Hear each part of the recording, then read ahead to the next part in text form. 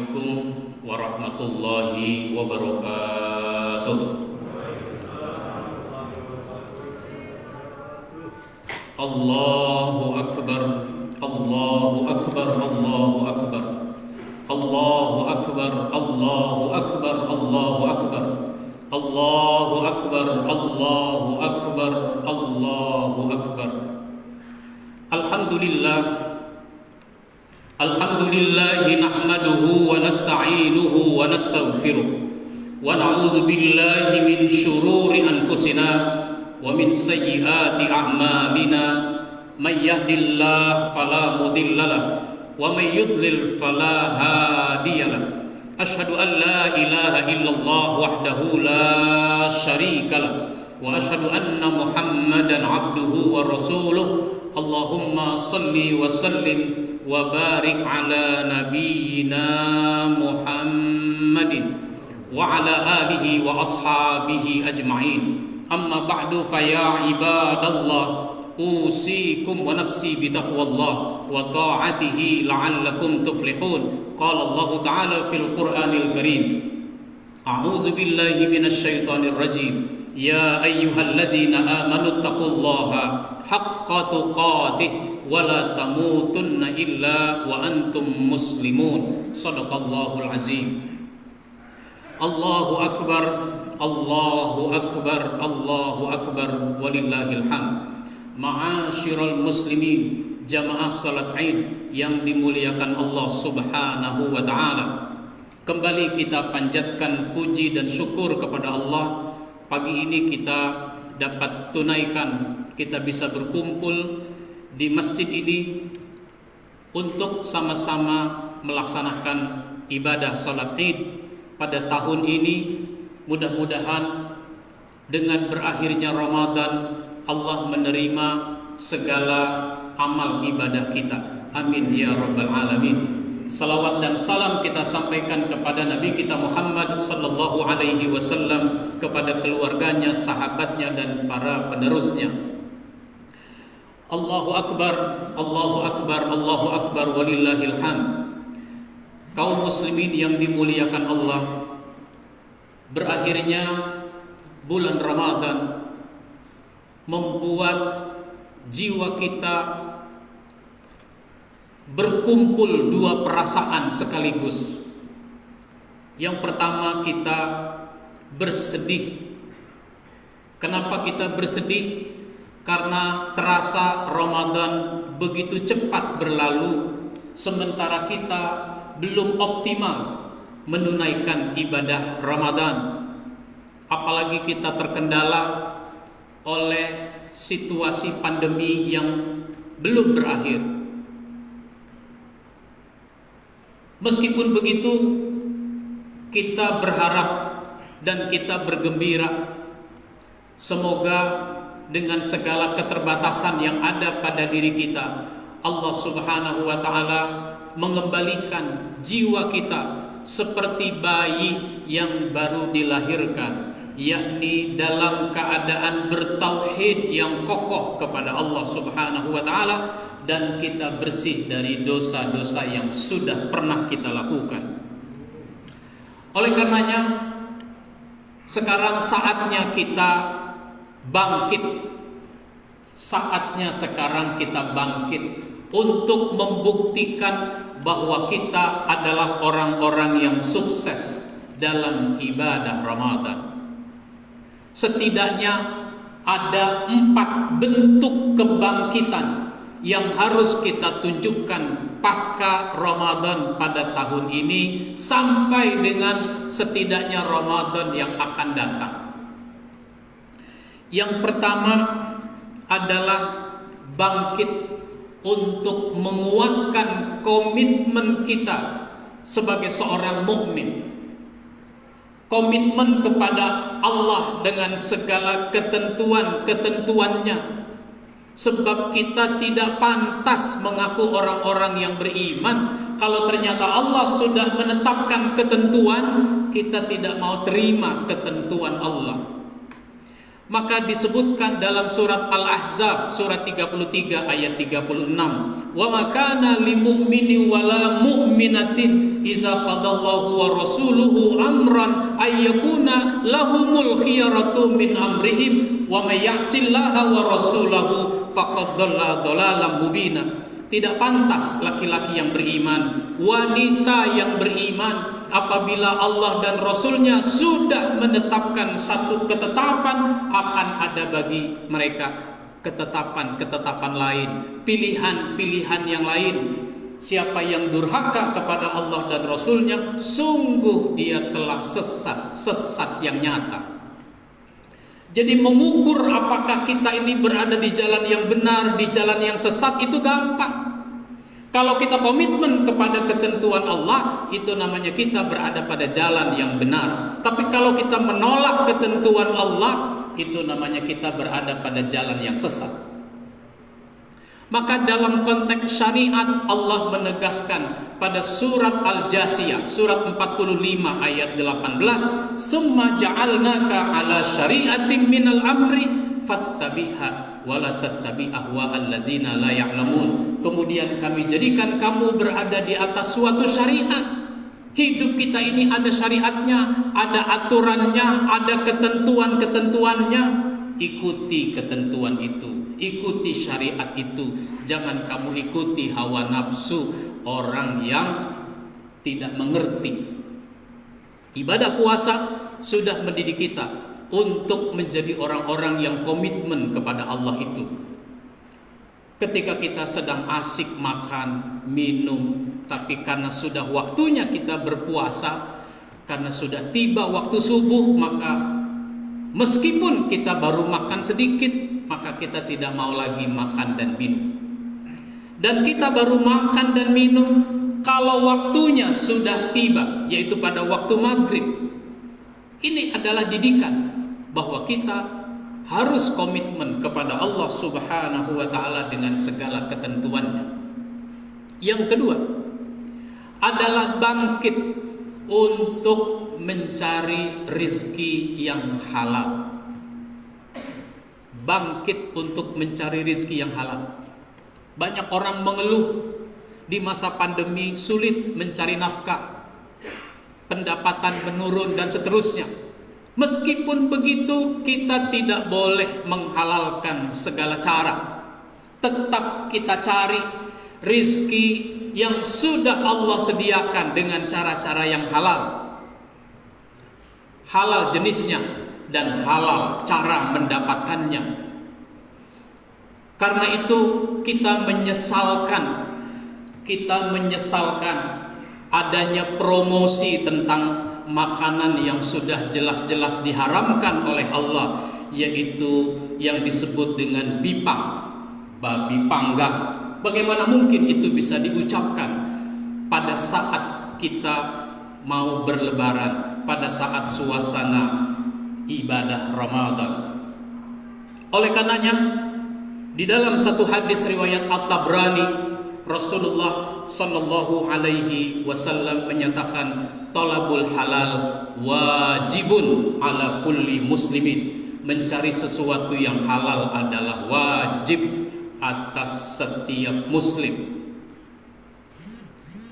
Kemudian dalam rangkaian ayat tentang ibadah Ramadan itu ditutup dengan ayat 188 surat Al-Baqarah. Wala taqulu amwalakum bainakum bil batil wa tudlu biha ilal hukam litaqulu fariqam min amwalin nasi bil ismi wa antum ta'lamun. Jangan kamu makan harta di antara kamu dengan cara yang tidak benar. Apalagi kalau kamu sampai membawanya kepada hakim. Banyak perkara-perkara ke pengadilan memperebutkan harta. Harta bukan punya kita, tapi kita klaim sebagai punya kita. Lalu karena kita punya kekuatan administrasi, kita sengketakan ke pengadilan. Dan ternyata orang kalau ke pengadilan bukan mau cari keadilan, tapi mau cari pembenaran. Untuk apa? litakulu fariqam min amwalin nasi bil ismi, biar supaya kamu makan harta orang dengan cara berdosa. Wa antum ta'lamun, padahal kamu tahu itu bukan punya kamu. Oleh karenanya Sayyid Qutb dalam tafsir fi Zilalil Quran mengomentari ayat ini, keputusan hakim tetap tidak menghalalkan sesuatu yang memang tidak halal. Sekali lagi, ibadah puasa melatih kita, mendidik kita untuk menjadi orang-orang yang hanya komitmen pada yang halal.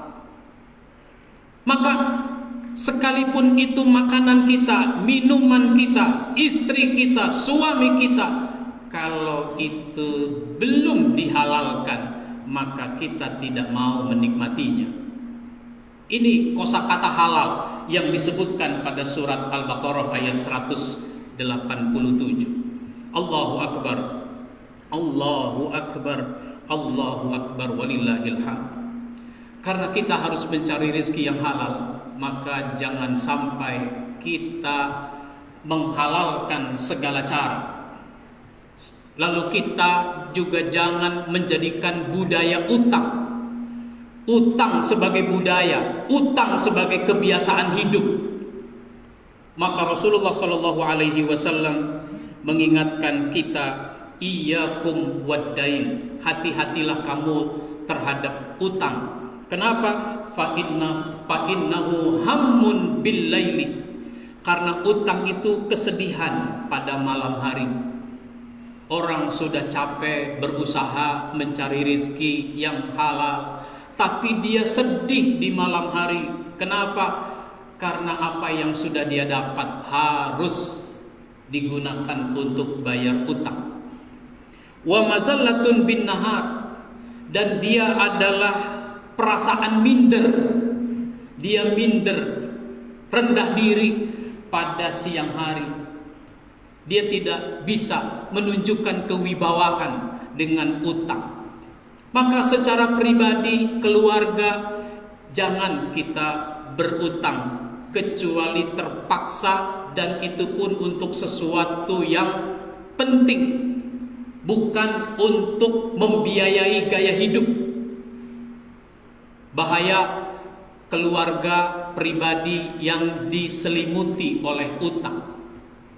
Maka Rasulullah Shallallahu Alaihi Wasallam mengajarkan kepada kita doa agar kita dibebaskan dari utang. Allahumma inni a'udzubika min ghalabatid daini wa qahrir rijal. Ya Allah, lindungi aku dari lilitan hutang dan dominasi orang lain. Negara kita, harus kita akui, menurut berbagai informasi, ini juga utangnya banyak, dan ini berbahaya bagi masa depan negara kita. Yang ketiga adalah bangkit untuk dakwah dan perbaikan umat.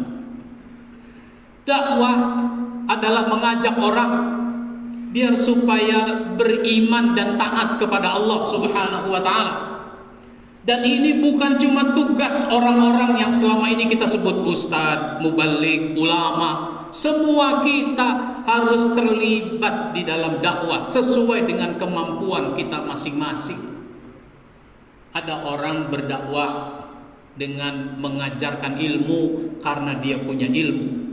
Ada orang berdakwah dengan tenaga karena tenaganya bisa diandalkan.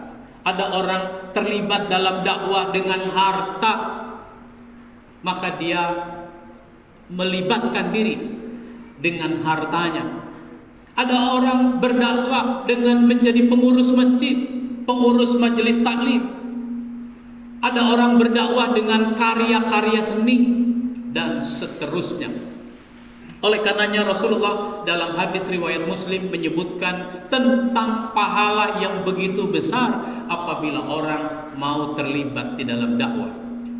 Beliau mengatakan, man dalla ala khairin falahu mislu ajri fa'ilihi. Barang siapa yang menunjukkan pada kebaikan, maka dia akan memperoleh pahala dari amal orang yang melakukan kebaikan itu. Umpama ada orang tidak sholat, membenci sholat, lalu kita berdakwah kepadanya. Meskipun dakwanya cuma dengan ngobrol-ngobrol, ternyata dia punya kesadaran untuk sholat. Lalu dia belajar sholat, dia laksanakan sholat, tentu dia dapat pahala dari sholat yang dia laksanakan. Kita juga yang menjadi sebab dia mau sholat mendapatkan pahala dari sholatnya orang itu.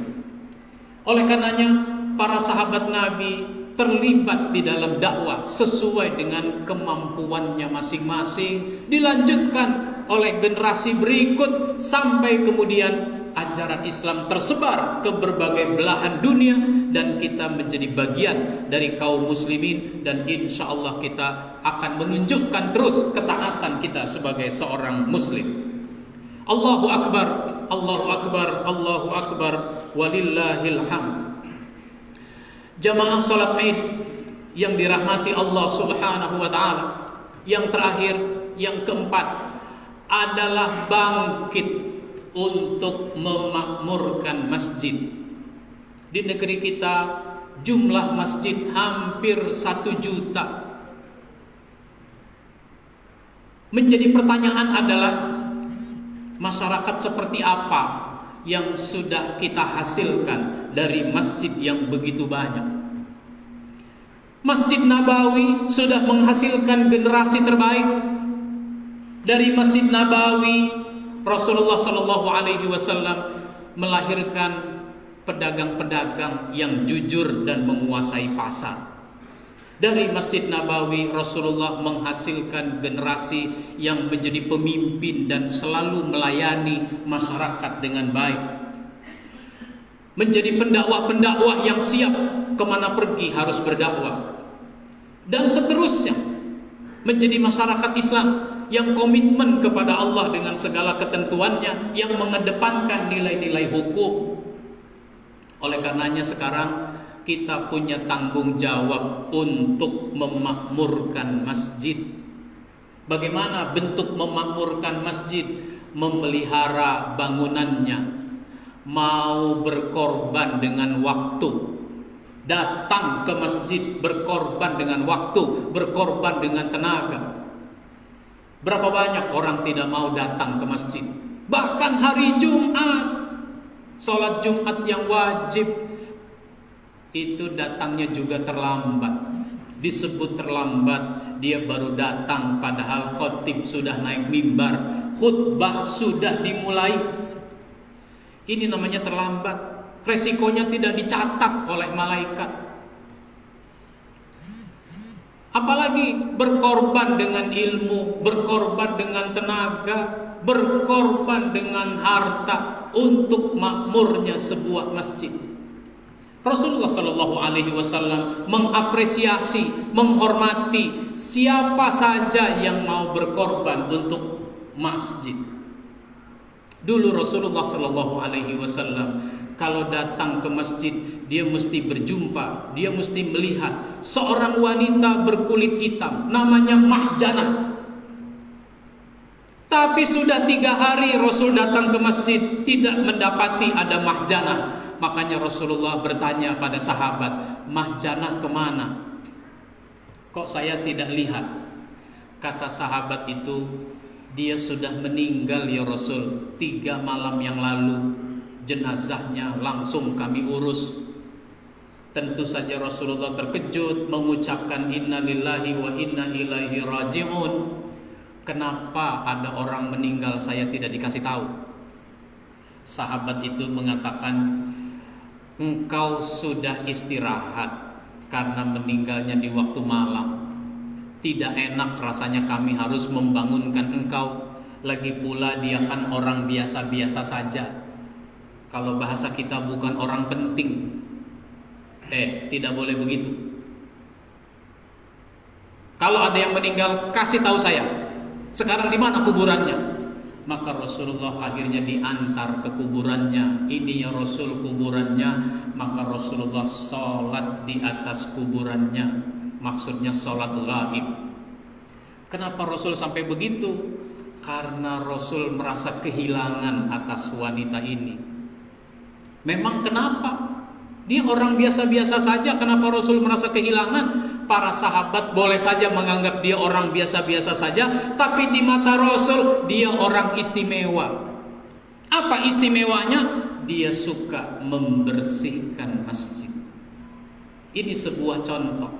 Maka siapa saja yang rajin ke masjid untuk memakmurkan masjid itu, Rasulullah Shallallahu Alaihi Wasallam menyatakan dalam hadis riwayat At-Tabrani, di dalam hadis riwayat At-Tirmizi, "Iza ra'aitumur rajula ya'tadul masjid fashhadu lahu bil iman." Apabila kamu melihat seorang biasa ke masjid, saksikanlah bahwa dia itu betul-betul beriman.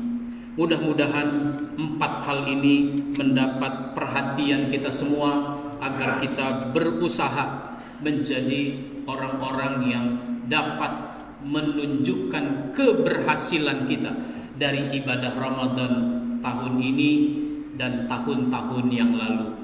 Kita berharap, kita berdoa, mudah-mudahan Allah Subhanahu wa taala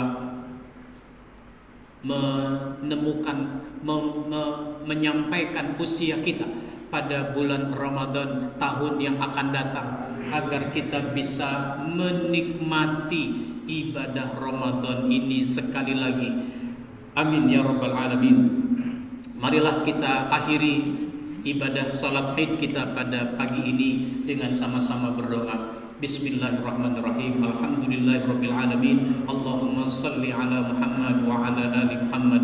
Allahumma ighfir lil mu'minina wal mu'minat wal muslimina wal muslimat al ahya'i minhum wal amwat innaka sami'un qaribun mujibu da'wat ya qadiyal hajat. Allahumma ansur man nasaraddin wahzul man khazalal muslimin.